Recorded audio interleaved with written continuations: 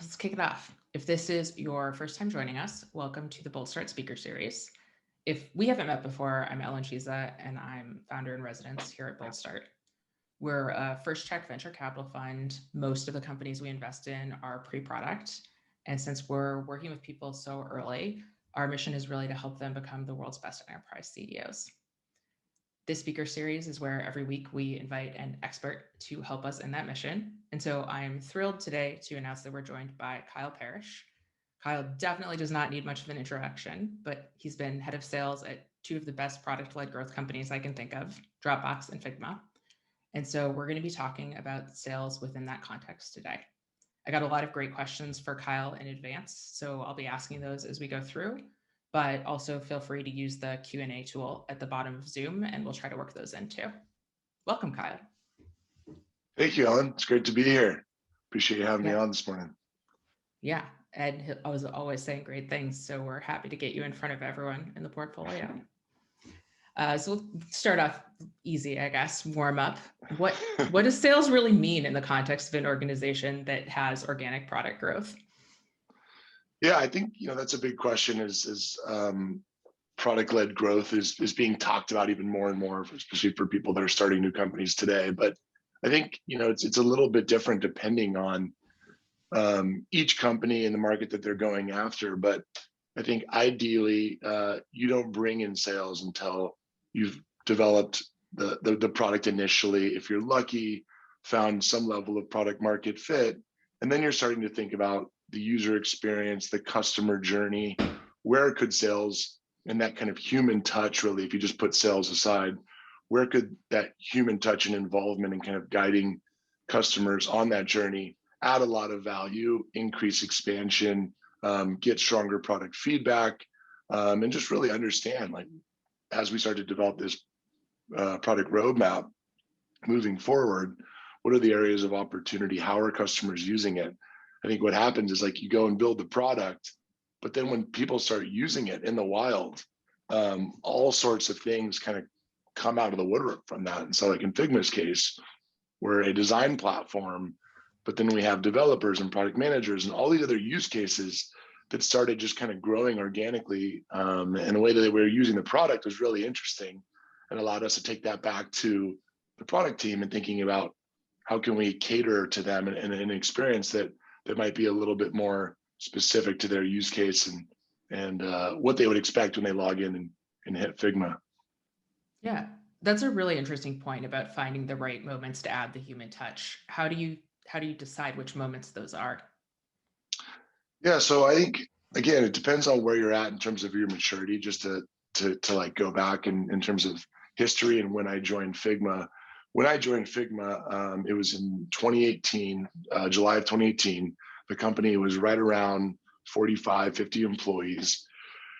We had started kind of making money, collecting revenue, if you will, on the self-serve pro business. And they had an enterprise beta with some really notable customers, the likes of Google and Uber and Airbnb and a few others.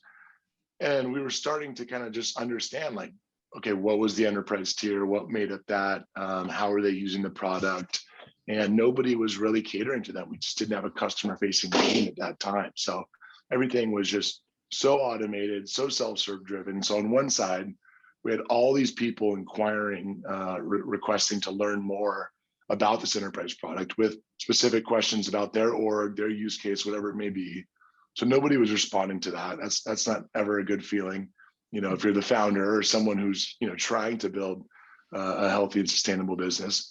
On the other side, there was so much that we had to figure out in terms of when do we reach out and engage these customers. They weren't finding a lot of value. Something was working, but at the same time, we just didn't have a sense. So early on, my job and the few first people we hired on the sales side was less about selling a product. I think early on, you're trying to bring in people that are going to fit into the culture and, of course, evolve it in a healthy way when you add a sales team. But really go out, collect detailed notes, understand the insights of how your customers are feeling, what they're excited about, what they're concerned about, how they're using the product, what are the blockers to expanding the product at their organization, And from there, it's like my job as a head of sales is like, how do we start to think about, if we were to scale this, what is the framework for the go-to-market sales motion? We want to make sure that we're not cannibalizing, the self-serve side of our business. We want to make sure that we're not derailing the customer experience that growth and all these other teams work so hard to put together. We want to be additive to everything that we're doing. And I think early on, we were fortunate at Figma to have this really strong, self-serve product that was oriented on kind of like the bottoms up, and then understanding how do we increase the conversion rates and add value as customers were just curious. And I think there's some element of self-serve is great, and in Figma we have both sides of the business that are doing really well, but people have questions and they expect, especially if they work in a larger organization, to have someone who can kind of guide them on that experience. And so I really think about, especially early on, sales org, it's less about like, let me go, sell and kind of pitch why we're the greatest, but it's just understanding where the customer's at, asking questions, doing really deep and thorough discovery, because that's going to help guide how you think about building an initial sales org, but also really where those touch points add the most value for your customers. Yeah. And so when you were building that team, can you break it down for me? Were you thinking about hiring people? Did you do any outbound prospecting, or was it more like a support organization, or what was that early team like? Yeah, so we had a support org when I joined, and so early on, coming from Dropbox, where I say I basically grew up in a lot of ways, and so I got showered in all things product-led growth and kind of layering on enterprise sales on top of that. And one of the things that we always wished we had at Dropbox, and we ended up actually spinning up an internal engineering team to do this, was we were a consumer company with an enterprise product. And so we had a little bit of, both. And I think some of that identity crisis was always, Dropbox struggled with. Do we build more for the enterprise, or do we continue to kind of expand on this consumer business that was just taking over the globe? And one thing that was really helpful on the sales side at Dropbox was like understanding what was happening across these accounts. So let's say, for an example, we're selling to Airbnb. Across the Airbnb.com domain with these bottoms up products, like anybody can go sign up and start syncing files and start sharing it with their colleagues, start sharing it with a friend, with a partner that they work with outside of the organization. Maybe it's an agency or whatever it may be. And we had staffed up by this point a sales org of 100, 150 plus people, and you're running from call to call to call, and you don't have that data at your fingertips. So myself and my counterpart at Figma, who's actually a former Dropboxer as well, he leads finance and biz ops. And so early on, we'd hired 2 salespeople that I met pre-joining Figma that they were already interviewing. And one of the hypotheses was we needed to understand what was happening under the hood in these accounts that were using Figma. And so we set up our entire CRM instance, basically feeding in product data in aggregate across the domain. So things like number of files used, how many users signed up across the domain. In Figma's case, who's creating components, which is an element of your design system. So you have all this aggregate data and stats that you can use to kind of measure how engaged an account is. And then we would also spit out, and this is actually fed into Salesforce directly. We use a company called Census to do this. We were one of their first customers. And we would also spit out the personas and the champions that were driving that behavior. So for example, Ellen is most active on the Figma website. Kyle has shared the most people into Figma. Dylan has created the most components. So now we have aggregate data across the entire domain. We've got the champions and personas that are driving that behavior. And then the third part of that is the sales work, understanding who are the stakeholders, how are they viewing the product today and the value it brings, what is the potential ROI story, and how do we navigate, that sales process. And so we set that up early, and we were fortunate to have a lot of inbound interest. So for the first, I'll say 18 months, it was about staffing up the team and making sure that we were optimizing those conversion rates, converting customers to the enterprise platform, and then, of course, making sure healthy expansion was layered on top of that moving forward. And then 18 months in, we got to a point where we still have like a healthy inbound flow, but to be aggressive and to go and capture as much market share as we can, we had to start doing outbound. So that same framework we built, where we're not only sending data into Salesforce, what we're seeing in what was Redshift, what is now Snowflake, we're also updating it on an hourly basis. And we're starting to do a lot more interesting things now that we have it in there. But once we went outbound, now, if Ellen's an enterprise account executive at Figma, you have a territory, which is basically a list of accounts. So we're not geo-based or vertical-based, but we round robin inbound leads as they come in, and you own a set of accounts. Within those accounts, our first order in the outbound world is to focus on people that have free and pro usage of Figma.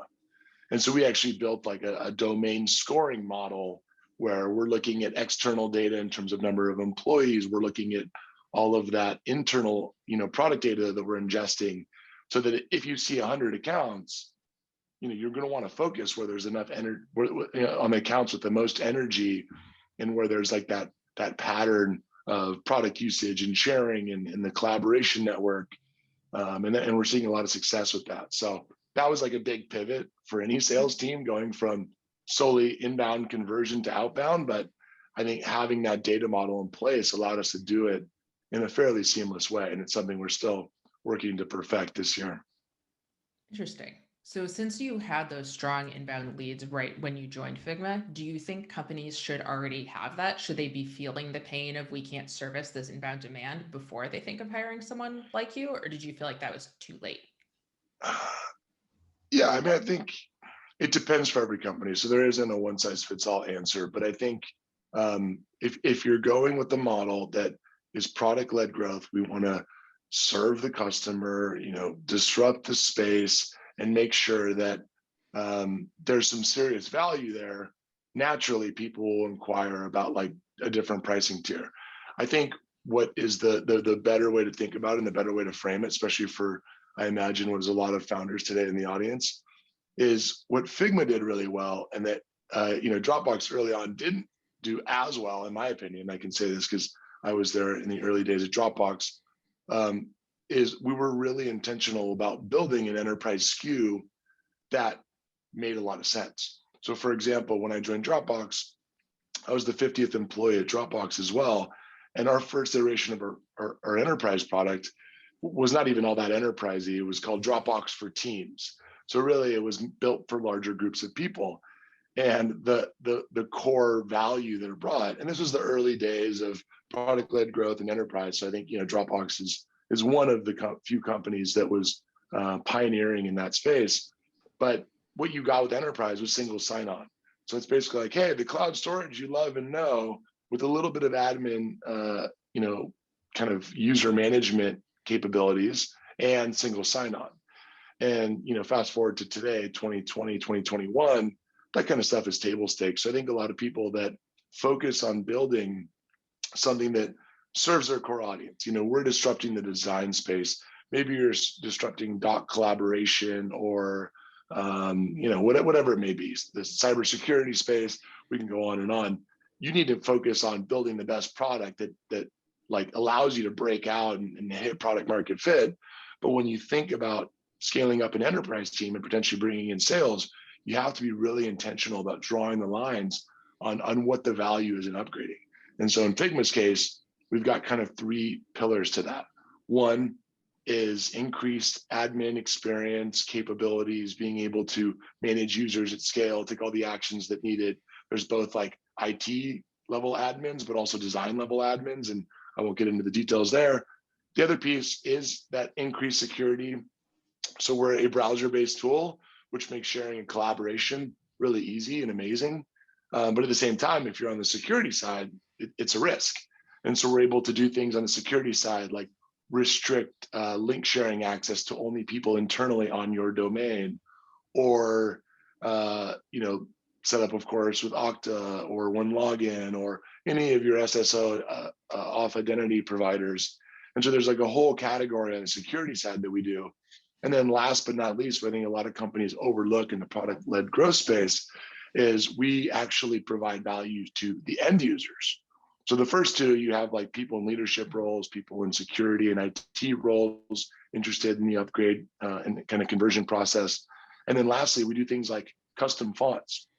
So if anyone has a design background or is familiar with the space, if you work in design and previously you were working in Sketch or some of the incumbent tools, you had to have all of the local custom fonts that you used on your desktop, shared in a Google Drive, a Dropbox, whatever it may be. And as Ellen joins the team, I have to like share you this file, and you have to be able to upload it. And you see how it's kind of a broken workflow. So with our enterprise product, we have the ability to, assuming all the licensing is correctly in place, you can upload a custom font as an administrator and then share that with your hundreds of thousands of tens of thousands of users over the web, just kind of with the power of collaboration in the browser that Figma brings. So that actually helps end users saying, Ellen, we need to upgrade to enterprise. Like, and that's an area that we're starting to invest even more in, is making sure that like across the full stack, there's a compelling reason to pay that 3x price point. That's a really great point. I hear most companies talk about their enterprise offering as being those first two buckets, but I think the third piece where your end users are also pushing for it must help make the sale a lot smoother with the buyer. Yeah, and it's never just one of the categories, but I think altogether it comes together that you understand the challenges for the larger customer, and that's part of it too. Is that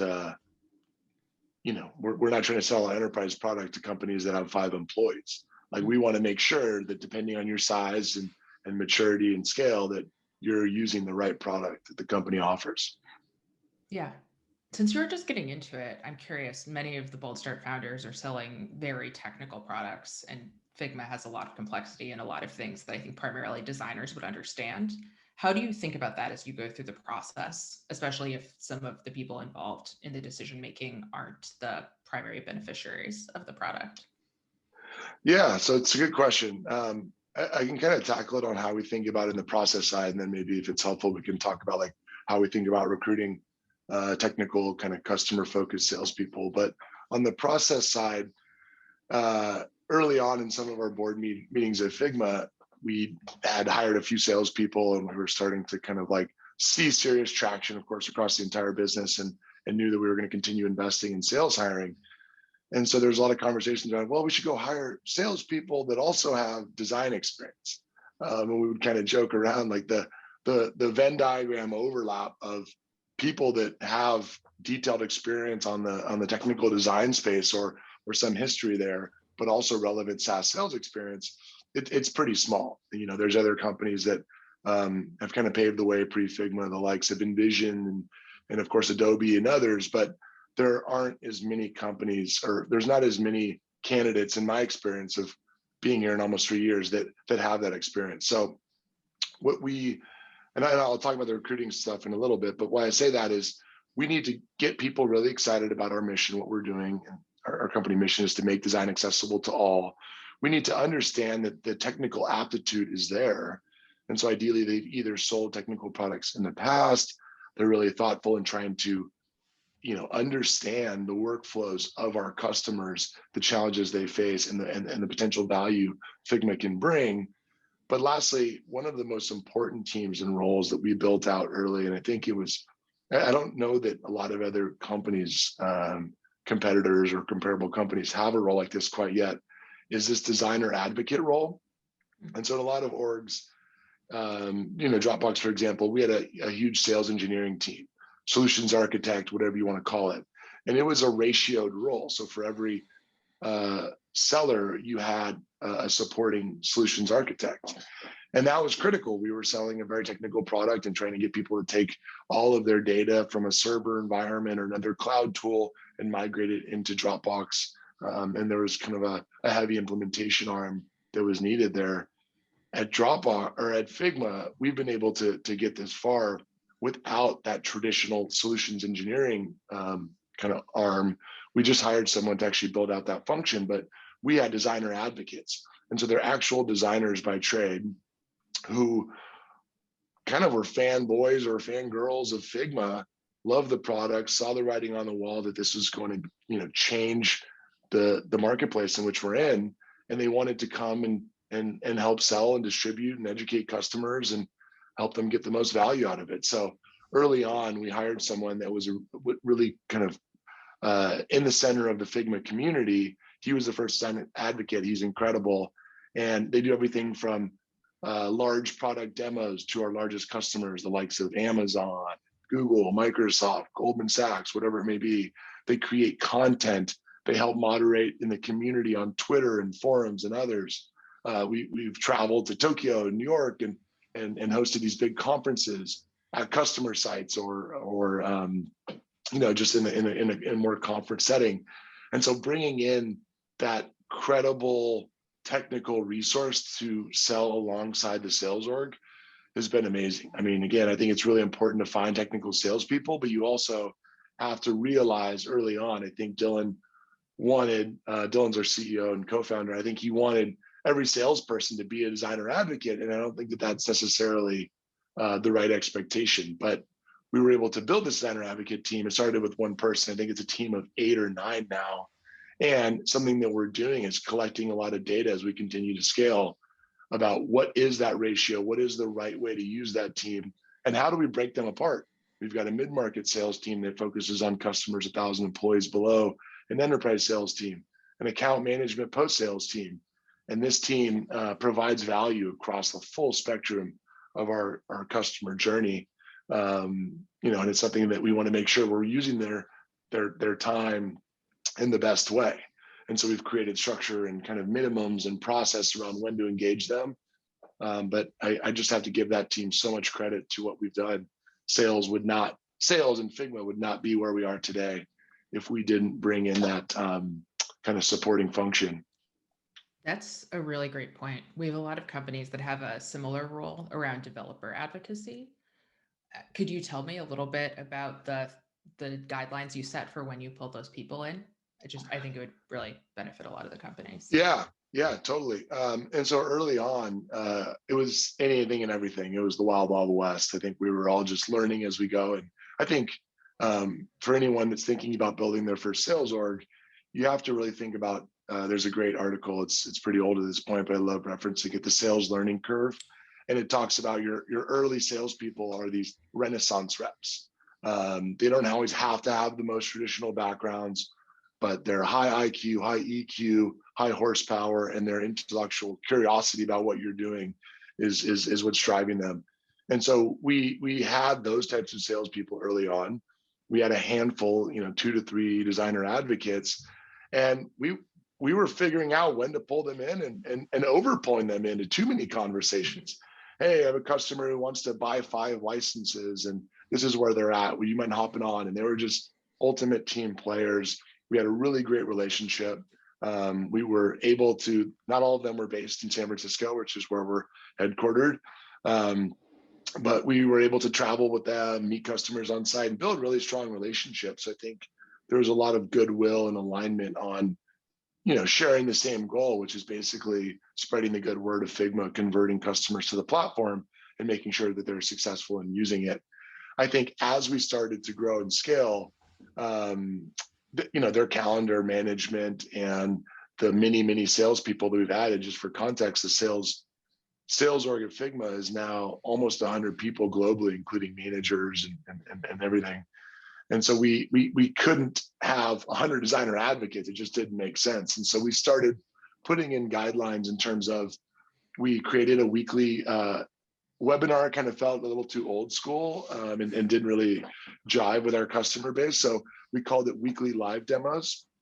And so we started doing more scaled content. So we would do a weekly live demo. And then for certain customers where maybe their spend threshold or their initial scope of Figma wasn't large enough to do a bespoke one-off demo, we would send them to the weekly live demo. And it would be something like this, where we'd have Q&A, we'd have questions. There would be some part of it that was kind of repetitive in terms of the basics of Figma. So making sure we were covering that. And as we've grown and scaled that, we now do a couple each week. We do one in Europe for our team. We have an office in London and a sales team in EMEA. And so we would do one in a European friendly time zone. We would do one on actually for Figma supporting the developer experience. So we started kind of breaking off into these topics. And so that's been really successful and something that we have now hired like people in the marketing upside. And so I'm like way less involved in that process now, which is probably a good thing ultimately. But early on, it was very scrappy. Hey, we can't keep up the same volume of one-to-one demos for customers. It's not because we don't want to. It just doesn't make sense for our business and the efficiency goals and just like where we can get the most value from this team. And so we started then drawing the lines in terms of like, what does it look like to do? I think codifying process. What does a kickoff call look like? What does like the net new first demo look like? And what kind of intel has been pulled on the sales side from a discovery call? So we don't want to go into these conversations. Let's say we're selling to Amazon. We don't want to go into the first call at Amazon and the salesperson spending 80% of the call doing discovery. The designer advocate does not need to be there for that. So we broke out those two conversations. So especially if it's a large enough customer, Ellen, you're the buyer. You're going to bring some people on your team. There's like a bunch of different stakeholders. Let's understand your use case, do really thorough discovery. And then when we set up that deep dive demo, we can not only tailor it to your needs and help to solve like your challenges potentially, but the designer advocate is the star of that second show. And the salesperson is guiding to making sure it's a smooth experience, playing partner. We jump into multiplayer and we kind of riff off each other in the demo. But I think a lot of it was around like threshold for initial scoping of the deal size, intel pulled from earlier conversations, and then a ton of scale content. So I told you about the weekly live demos, but also blog posts and bite-sized content that we share on Twitter. Our customers, live on Twitter, as most people know. I think a lot of tech, right? But of course, designers are a big part of that. So that's kind of how we see it. And we also, all the community events that we used to do in person, once COVID hit, we scaled to building like Friends of Figma, which is an online community, and having a lot of members of our community play, I guess, unofficial kind of roles in helping support that customer base and answer a lot of the questions that came up along the way. Wow, that makes a lot of sense. I just thought of this as you were talking about COVID and the changes you had to do there, but I saw Figma had a ton of announcements about new products this week. And so you built everything up and it seems like it's a really great motion. How is that going to change now that you're supporting multiple products? Yeah. So yeah, it was an exciting week. I can't take any credit for the event, config and all the launches, but it was amazing to be a part of, and we are fielding a lot of questions and excitement. So if you haven't checked out Figma's new product, check out FigJam. We're excited to be in the whiteboarding space, and we're excited to kind of like unveil this because we've been working on it behind the scenes for a while now. I think the way that we're thinking about it is that we're complicating everything, but for good reasons. I think we're all really bullish about launching our second product. We're all really excited about the opportunity. And I think it really just makes a lot of sense from what we're already doing today with our design platform, and kind of how that correlates to what we know about the design process and what we know about the product development process and all of the kind of core users and personas that we serve. But yeah, I mean, it complicates everything. Now, like our narrative from Dylan, our CEO, to marketing, to the individual sales reps has to change and evolve. It has to up level. We're now a platform that encompasses two products. We have to start to think and kind of open up the conversation in that way. We, operationally and process wise, we have a sales enablement team. They're small but mighty and growing. And so now we have to think about enabling multiple products and multiple paths within the customer journey. So it was, we had a very like simple, it was a multi-lane highway, but it was a very simple process. We had free users. You could upgrade to pro for small groups of users. And then if you're a large company, mid-market, enterprise at scale wanted to use the enterprise product, then you would migrate to that product. And now everything from like our Salesforce instance to enablement to working with product to the cross-sell, upsell, post-sale motion, it all changes and evolves. So I think that thankfully we are growing across the board, not just in sheer number of salespeople and customer facing teams. We're also growing all of the support teams and functions because it just gets more complicated. But I think it would be one thing if you weren't bullish or excited on the product that the company was launching, but we're in a space where our customers have literally been telling us, hey, we're hacking Figma as it is for some of these use cases. It would be amazing if you went and built a collaborative whiteboarding tool and you seem so well suited to do that. Like, when is it coming? And literally asking for it. So it's really exciting, but I can't lie. We are all working really hard behind the scenes to make sure it's seamless experience, not only for the internal employees, and the sales team, but most importantly, our customers. Yeah. We had a question from Steve that's along those lines. As you get that increasing complexity with products and with the number of teams and with wanting to have new customers and expand, how do you drive alignment across all of the teams to make sure a customer doesn't have a bad experience, say, being called multiple times by different people from different teams who haven't coordinated with each other? Yeah, it's a good question. And so I guess to take a step back, I'll tell people how we set up our sales org in terms of segmentation and what the customer experience looks like. So I talked a little bit about like the lines that we drew in terms of like number of employees and what team you end up working with. So 1,000 employees and below is mid-market, above is enterprise. And with Figma, we have a true up. So you buy 100 licenses of the enterprise product for those who are going to edit. And then the kind of standard contract has these 3-month dipstick moments where if you all of a sudden have 500 editors in the first 3 months, we work with you to review 2 weeks up to your invoice and say, hey, Ellen, looks like you have 400 additional people that are actually editing in Figma. Like, you want to review this list? And you can see by action dates and actions taken in the product and say, okay, 150 of these people are confirmed and we'll pay for them moving forward. So the way we see it as our business is like there's very much a land and expand kind of part of our strategy. And so the account executive sales team owns on the mid-market side all the way through closing the first deal and then that first 3 months after. So they own the relationship through flipping on to enterprise, sending them resources, making sure that the customer onboarding goes well. And then also like they get quota retirement, but also are responsible for driving expansion in that first 3-month period. The same goes for enterprise, but for the first 2 periods in the 6 months. And with enterprise, so much is done in terms of SaaS selling today and InfoSec and MSAs and SSAs and DPAs, all of the contractual work to get full clearance so you can go sell one product or multiple products. And so we don't want our sales team to try and hold deals so they get as big as they possibly can. We're always focused on growing initial deal size, but then they can focus on the expansion part in that first 6 months. And we see a significant amount of growth in that first 6-month period. But why I mentioned all that, and then we have a post-sales account management team, which I can talk about, is at any point of being a customer in Figma, you only have one point of contact. And so I worked at Dropbox and I worked at other companies where you get to have that and it doesn't always work to have like a simplistic model for every company, for every business.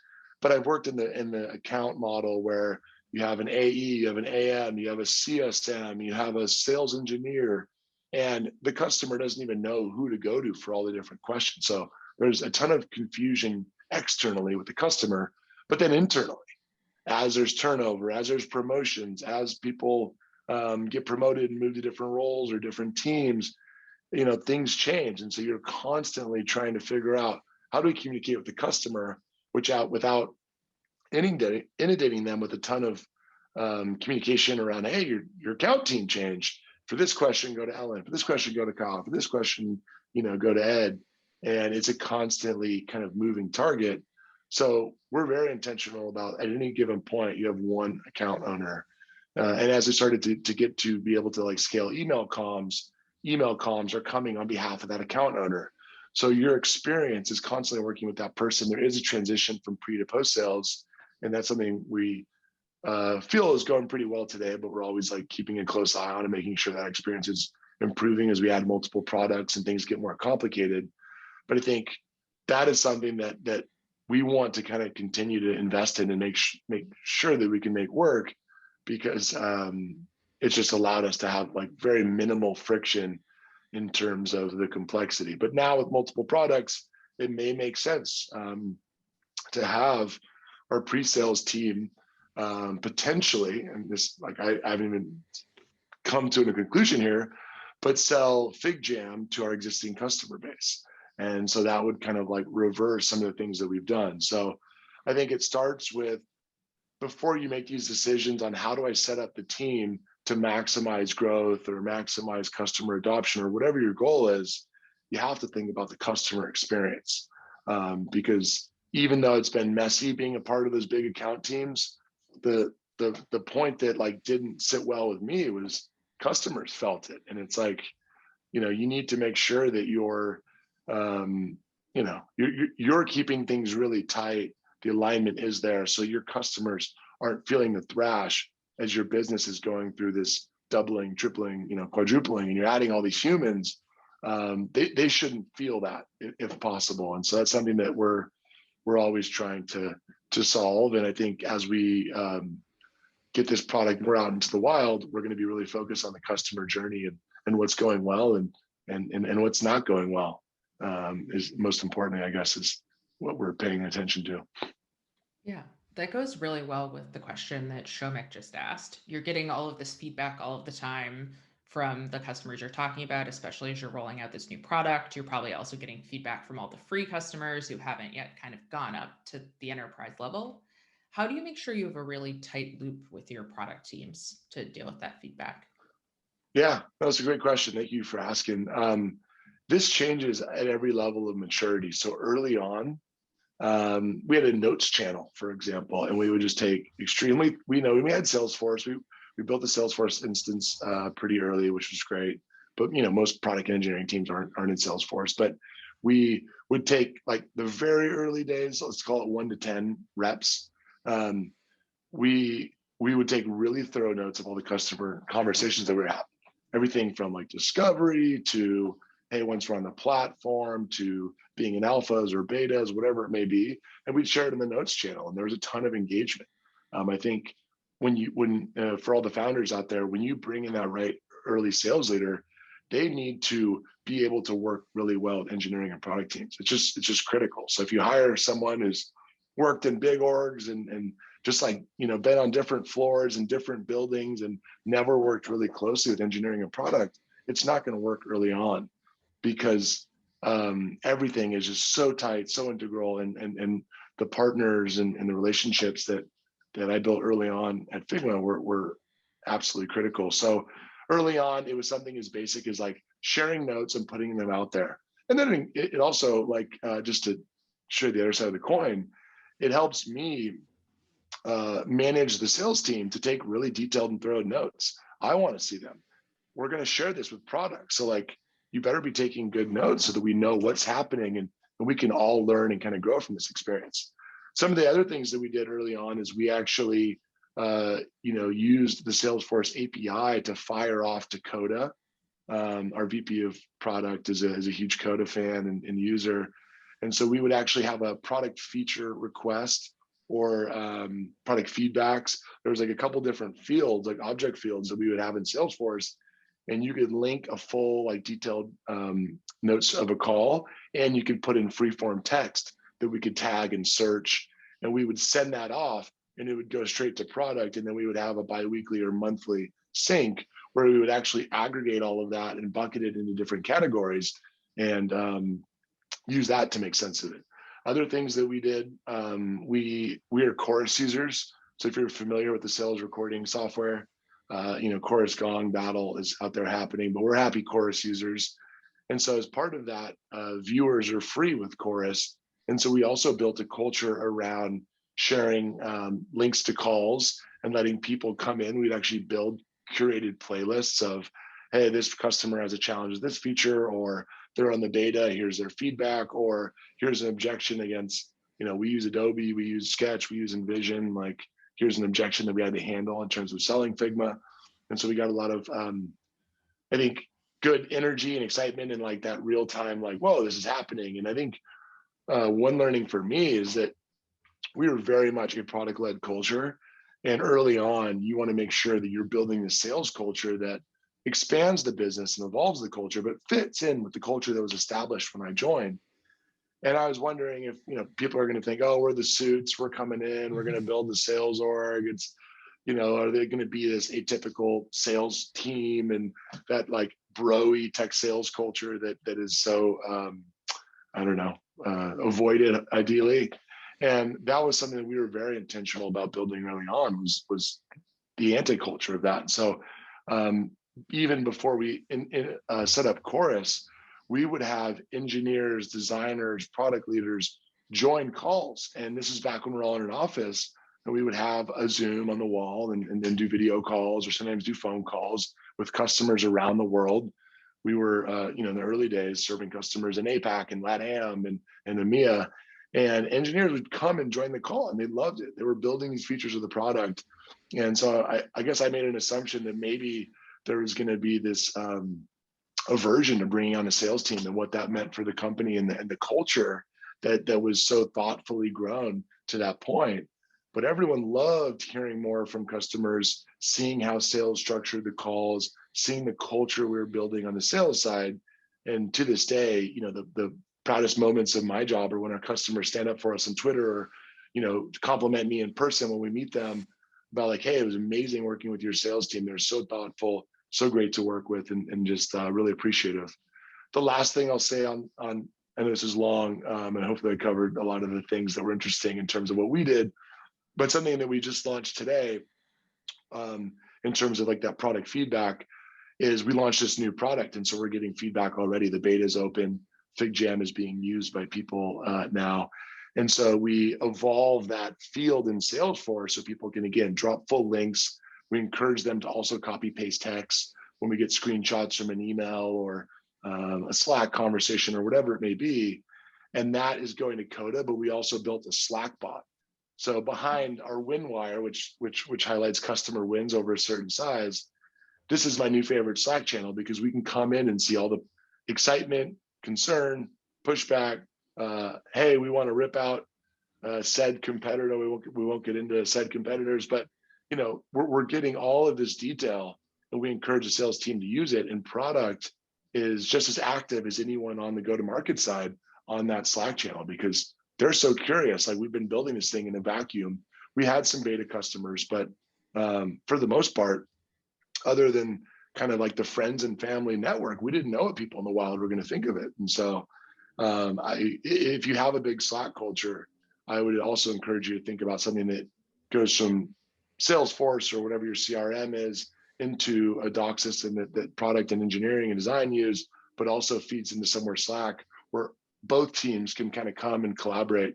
Because at our stage, just being remote in the COVID era, it doesn't make sense for us to, invite a ton of engineers into every Zoom call or sales call that's happening, like we were able to do in those early days. Great. Since it's come up a few times now, you talked a little bit about recruiting and a little bit about the team, but can we dive deeper into how you built the team, how you found the right people, and how you interviewed them? Yeah. And so, again, sales learning curve, definitely recommend that. I think for us, there's a couple of things. We're looking for a sales team of people that has diverse backgrounds, ideally sales experience. We still have not hired anyone that's like fresh out of school. And we may get to that point, but I think early on, if you don't have the support arm to bring someone in that's inexperienced, it's tough. People that had that technical aptitude were curious, excited, and interested in our mission, which is making design accessible for all. If this is not of interest to you, if you use the product, even if you're not a designer and you don't know what the heck to do in it, and you're like, this isn't fun, I don't get it, then it's not going to be a fit. I think in sales and in any job, if you're not excited about what you're building, what you're selling, what you're marketing, what you're talking about every day, you're setting yourself up for a pretty long career. So those are some of the things that we're looking for. We're also looking for people that I think are excited about building. And so going back to that Renaissance reps, one of our early sales reps, extremely technical, really excited about the mission.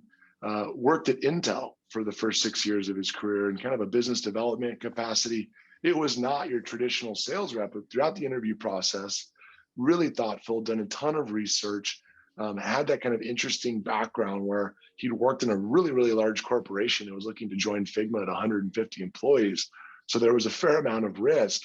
But one thing that we do, and this is something that Dylan and I constructed early on, we have a very, like you mentioned earlier, a very complex technical design product. And we make every sales rep that's joined the company thus far do a product demo. And so it's a fairly steep learning curve. Most of these people have never used any of the historical design software tools. And so they go on to our help center. There's luckily a plethora of like information and articles and resources to learn Figma. But it's anywhere from 7 to 10 to 15 hours for some candidates to go learn the product, come back. And we don't expect them to cover every aspect of the tool, but you go through a lot of formal interviews. And then the final step is to actually demo the product with myself and another one of the hiring managers or another one of the IC interviewers. And that's really a telling moment because you can see, hey, I don't expect you to be a designer. We have resources like the designer advocates. You're not going to be out there selling to designers and being the only source of credibility in terms of what Figma is capable of.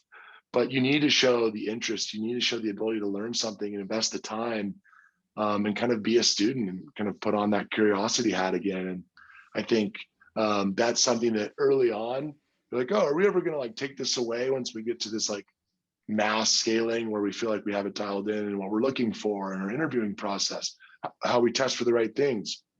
But the one time we went around doing this, that person, we ended up having to move them out of the company within the first 4 months. The technical aptitude was not there.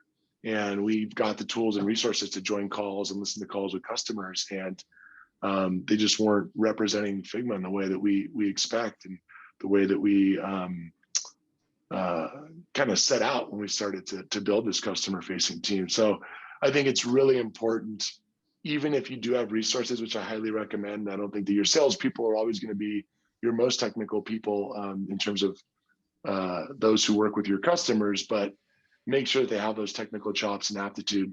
You can't do good discovery. You can't really understand the challenges of these users and customers unless you put the time in and learn the product. So yeah, that's a little bit about how we think about it. And then I think the other thing that I'll mention is we were very much a office culture. We have an office in San Francisco. We're opening up an office in New York and have a lot of people that are kind of based in the New York area remote right now. And then we have an office in London. And this kind of like expanded everything, I think, in a really great way. And so we're going to go back to this more hybrid model. But as we start to look for experienced, diverse talent that are excited about our mission and are very customer focused and are very thoughtful, and the type of people that we see gelling really well, working with designers and product managers and engineers and founders, it's really opened up our world to be able to hire anyone all over the country and world for that matter, as we continue to think about APAC and LATAM and these other regions that we're starting to invest more heavily in. So that's been really exciting. And yeah, I think we'll see. We also had a lot of people that used to be in HQ that are moving all over the country, which I imagine a lot of founders today with fully remote teams are already seeing. So I think once people are on the team and proven and performing really well where they live, as the world's just changing and I don't see it going back to how it was ever. I mean, it's going to be some form of new normal. We're supportive of that. And I think it's actually unlocking a lot of really interesting things for us. As you think about continuing to grow the team, I'm also a fan of the sales learning curve. I know there's that inflection point where you start to go from, oh, we're primarily doing research, we're not exactly sure how this will work, we're tightly coupled with product, to the point where you are expecting some amount of return for each additional rep, be it through quota fulfillment or something else. Can can you talk a little bit about how you think about performance now with the team being larger? Yeah. And so this is something that everyone kind of deals with. And, as you start to like build out a board, Ed is probably, bringing this up in his board meetings, I'd imagine. But early on, everyone was crushing quota and goals, and we continued to increase quota.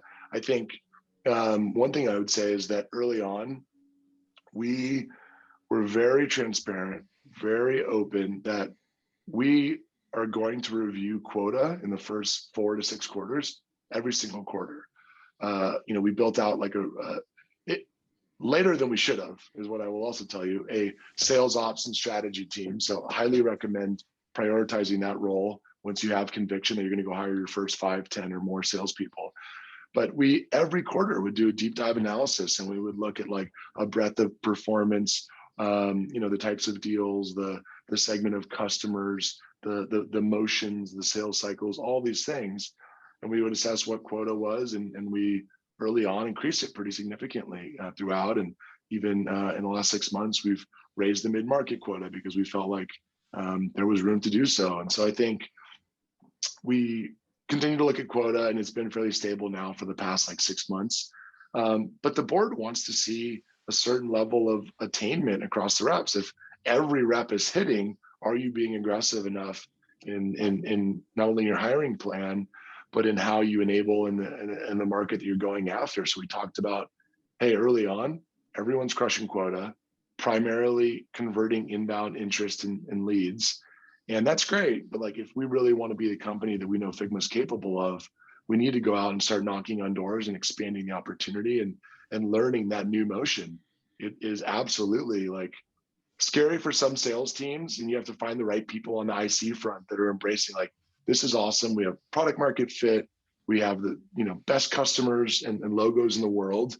Let's go out and like tell the story, and let's like not be afraid of it. And we've really rallied around those people and built a culture on that. But coming back to performance, we're starting to see more of that benchmark where enterprise, for example, last quarter, 90% of the reps hit.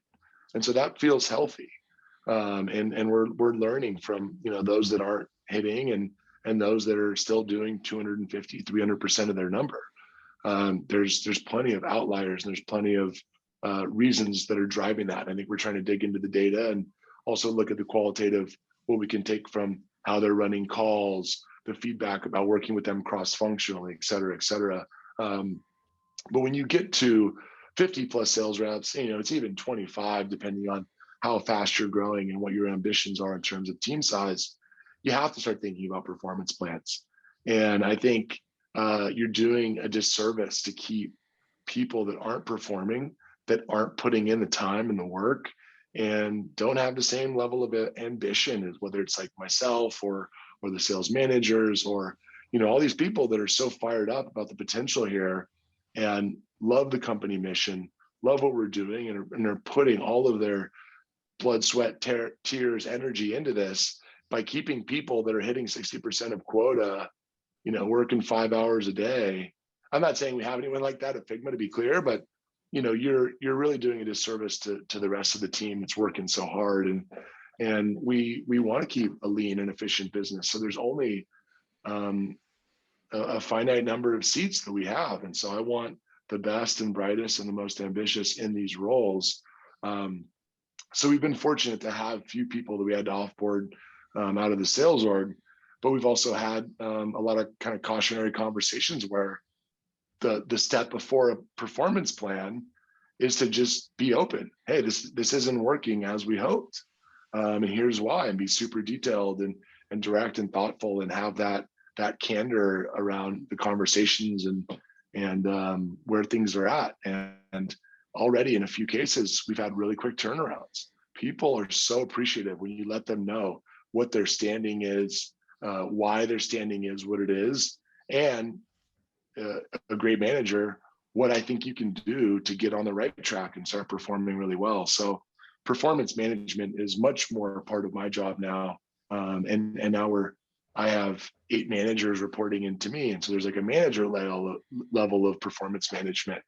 And we're at that level of scale, and there's going to be directors soon, and all that comes as you start to really build out an org, and make sure that people are supported with strong management. I think frontline managers, especially in the sales world, are so critical to our success.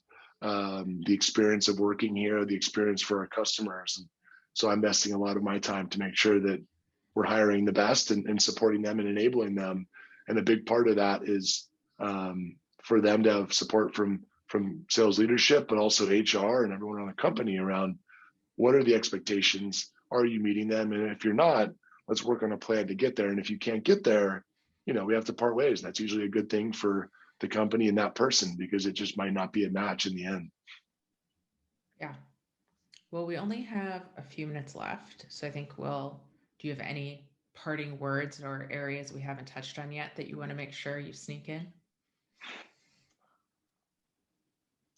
No, I think this, a lot of great questions here. This has been really fun. I'm open to answer any other questions that the audience may have, whatever's most relevant for people. But yeah, I feel like I'm talking a lot. I hope it's helpful. But yeah, I'm happy to answer any final questions in the last 5 minutes. Everyone is here to listen to you, not to hear me ask questions. We're very good at it. Thank you. We have Danielle is asking you to talk a little bit more about your census integration, but I'll blow that out a little bit. I know you mentioned census and Salesforce and the tool you're using to record calls. Can you kind of give us an idea of all of the tooling you would recommend for a sales team?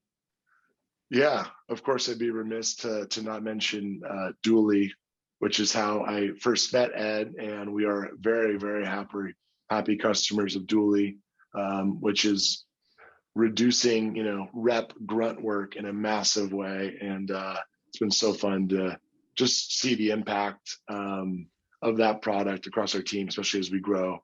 Having been a sales rep myself, like I know what it looks like to update Salesforce and do that, on the hundreds or thousands of account lead opportunity level, and it's a bear. So Dually is an amazing tool that we're using. Census is great. One of their founders is actually a former PM at Dropbox. And so early on, they had a really strong team together, and we're kind of figuring out where they were going. And they met with us in our office at Figma in 2018.